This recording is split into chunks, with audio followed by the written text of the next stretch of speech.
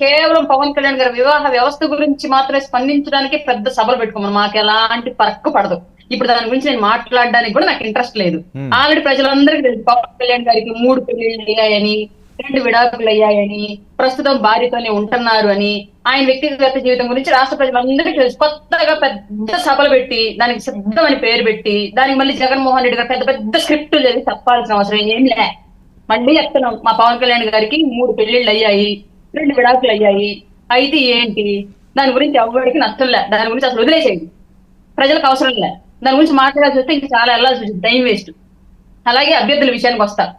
అభ్యర్థుల విషయానికి వస్తే సామాన్యులను ఎంకరేజ్ చేయాలి అనే ఒక మంచి సహృద్భావంతో పవన్ కళ్యాణ్ గారు సామాన్యులను రాజకీయాల్లోకి తీసుకొచ్చి ఎంకరేజ్ చేశారు.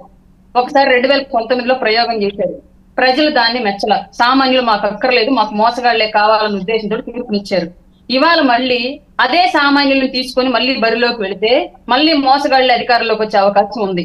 కాబట్టి రాష్ట్ర పరిస్థితులు ఈ 2019 నుంచి 2024 వరకు దిగజారిన పరిస్థితులను చూస్తూ ఉన్నాం. కాబట్టి ఇవాళ పార్టీ కోసం కష్టపడ్డ వాళ్ళు కానివ్వండి, ఇన్నాళ్ళు మేమే అభ్యర్థులు అని చెప్పేసి అనుకుంటున్న వాళ్ళు కానివ్వండి, వెనక్కి తగ్గాల్సిన పరిస్థితి వచ్చింది. కారణం ఏంటి అంటే, బరిలో ఉండే పార్టీ ఓన్లీ జాస్తీనే ఉండదు కాబట్టి, ప్రత్యర్థి పార్టీతో పోటీ పడాలి కాబట్టి, ప్రత్యర్థి పార్టీ దగ్గర ఉన్న బలాబలాలను బేరీజు వేసుకొని మనం నిమిషపెట్టే అభ్యర్థి కూడా డిస్టర్బెన్స్ గా ఉంది. ఏంటండి?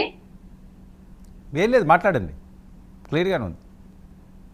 పార్టీ యొక్క బలాబలాలను బేరీజ్ వేసుకుని మనం నిలబెట్టే అభ్యర్థిని కూడా చూసుకోవాలి. కాబట్టి కంపల్సరీగా ఆర్థికంగా, అలాగే సామాజికంగా, ప్రాంతీయత, ఈ 3 అంశాలను దృష్టిలో పెట్టుకొని అభ్యర్థులను సెలెక్ట్ చేసుకోవడం జరిగింది.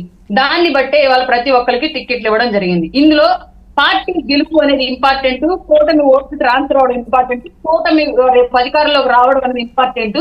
అధికారంలోకి వచ్చిన తర్వాత రాష్ట్రానికి, క్యాడర్ కి, అన్ని పార్టీల్లో ఉన్నటువంటి అన్ని పార్టీలు నమ్ముకున్నటువంటి క్యాడర్ కి, అలాగే అన్ని పార్టీల మీద డిపెండ్ అవుతున్నటువంటి రాష్ట్ర ప్రజలకు కూడా మంచి జరగాల్సిన అవసరం ఉంది. కాబట్టి చాలా మంది త్యాగాలకు సిద్ధపడి ఇవాళ అభ్యర్థులను మార్చుకోవడం, చేర్చుకోవడం జరిగాయి. దీంట్లో రాష్ట్ర ప్రయోజనాలే తప్ప మా నాయకుడి స్వార్థం ఎక్కడ కనిపించాల, ఎవరికి కనిపించదు, ఒక సామాన్యుడికి కూడా కనిపించదు. పార్టీ కార్యకర్తలకు మాకే కాదు, సామాన్యుడికి కూడా ఇవాళ ఇందులో పవన్ కళ్యాణ్ గారి స్వార్థం ఎక్కడ కనిపించదు. స్వార్థం లేకుండా రాజకీయం చేసే వ్యక్తుల్ని వీళ్ళు ప్రశ్నించడం ఏంటి? అసలు వీళ్ళకి ఏ రైట్ ఉంది? వాళ్ళే చెప్తున్నారు మా జెండా ఒకటే, మా ఎజెండా ముఖ్యమంత్రి అవడమే అని చెప్పేసి. ముఖ్యమంత్రి అవడం వాళ్ళ ఎజెండా అంట. దానికోసం అంతకుముందు కోడికత్తి అయినా, బాత్రూమ్ హత్య అయినా, రకరకాల డ్రామాలైనా సరే ముఖ్యమంత్రి అవ్వడమే ఎజెండా. రాష్ట్ర ప్రజల గురించి, రాష్ట్ర భవిష్యత్తు గురించి, రాష్ట్ర అభివృద్ధి గురించి, రాష్ట్ర ప్రజలకు కావాల్సినటువంటి అవసరాల గురించి వీళ్ళకి అవసరం లే. వాళ్ళు ముఖ్యమంత్రి అయితే చాలు. అయ్యారు, కూర్చున్నారు, రాష్ట్రం దోచుకుతున్నారు, అప్పుల్లోకి నెట్టారు, క్రైమ్ ను పెంచారు, రకరకాల అసాంఘిక కార్యకలాపాలకి ఎంకరేజ్ చేస్తున్నారు. అయిపోయింది ముఖ్యమంత్రి. మళ్ళీ 5 ఏళ్ళు ముఖ్యమంత్రి మళ్ళీ ఇదే చేస్తారు. వాళ్ళకి ముఖ్యమంత్రి అవ్వాలి, రాష్ట్ర ప్రజలతో పనిలే.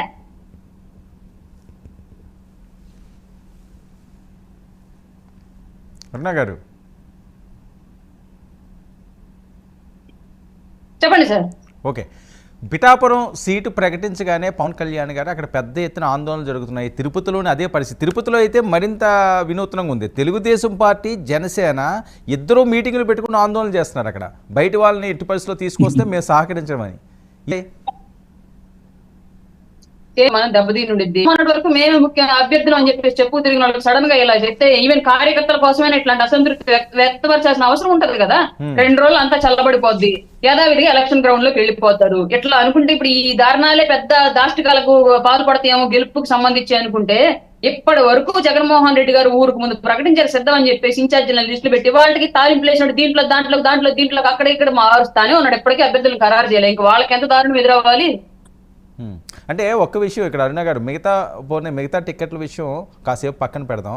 ముఖ్యంగా పవన్ కళ్యాణ్ గారు అన్నది ఈసారి ఎన్నికల్లో చాలా కీలకం. ఆయన ఎట్టి పరిస్థితుల్లోనూ గెలాల్సిన అవసరం ఉంది. 2019లో ఇబ్బందులు పట్టారు, కానీ ఈయన చూన్ చేసుకున్నది పిఠాపురం. మరి పిఠాపురంలో మొదటి నుంచి కూడా బలవంగా ఉన్న రాజకీయ నాయకుడు ఆయన వర్మ. ఇండిపెండెంట్గా కూడా గెలిచిన సత్తా ఉన్న నేత.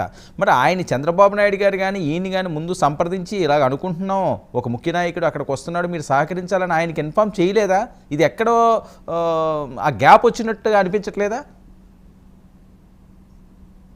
గ్యాపులంటూ ఏముండవండి. సహజంగా మీరే అన్నారు వర్మ బలమైన నాయకుడు అని. ఆయన సొంతంగా క్యాడర్ ఏదో ఆయనకు ఉండుండొచ్చు, పార్టీకి అతీతంగా.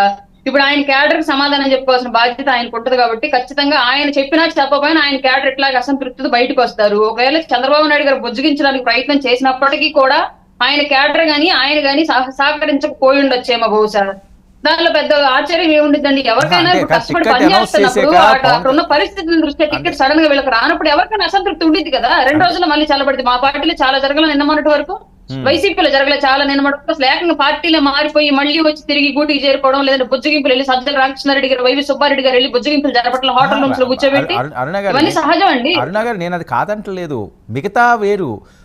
జగన్మోహన్ రెడ్డి గారనో చంద్రబాబు నాయుడు గారనో లేకపోతే పవన్ కళ్యాణ్ గారనో వీళ్ళు పోటీ చేసే ప్రాంతాల్లో పరిస్థితి వేరు.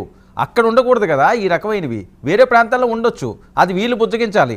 వీళ్ళకి ఎలా జరిగితే నాయకత్వంలో పనిచేసే క్యాడర్ కి వర్మ గారే గొప్ప, ఇంకా అక్కడ ఎవరు అనేది ఇప్పుడు వాళ్ళకి గొప్ప కాకపోవచ్చు కదా. ఇప్పుడు చంద్రబాబు నాయుడు గారు మేము బాగా పవన్ కళ్యాణ్ గారు పోటీ చేస్తున్నారు అనుకున్న ఏరియాలో సడన్ గా నేను చంద్రబాబు నాయుడు గారు నేను పోటీ చేస్తున్నాను అక్కడ అంటే మా కార్యకర్తల గురించి ఇలాగే జరుగుతాయి. లేదంటే ఇప్పుడు సహజంగా చంద్రబాబు నాయుడు గారు పోటీ చేస్తున్నారు అనుకున్న నియోజకవర్గంలో సడన్ గా ఇప్పుడు పురంధరేశ్వర గారు నేను పోటీ చేస్తున్నానంటే సహజంగా ఇలాగే జరుగుతాయి. మాకు హీరో, మేము ఎవరిని అభిమానిస్తాం వాళ్ళు మాకు హీరో, అలాగని ఆపోజిట్ పార్టీ వాళ్ళకి అవ్వాలని చెప్పేసి రూల్ ఏం లేదు కదా. ఎవరి మనోభావాలు వాళ్ళకు ఉంటాయి, దాని పర్టికులర్ గా మన కోణంలో ఎందుకు చూడాలి, వాళ్ళ కోణంలో ఎందుకు చూడకూడదు? ఓకే, సో అది పెద్దగా ఏం కాదు అంతేనా? అంటే 2 రోజులు రైట్. ఓకే, గాయత్రి గారు చెప్పండి వర్మ గారు, మీకు ప్యానెల్ అందరికీ గుడ్ ఈవినింగ్ అండి. ఏంటి ఈరోజు 34 మంది లిస్టు ప్రకటించారు.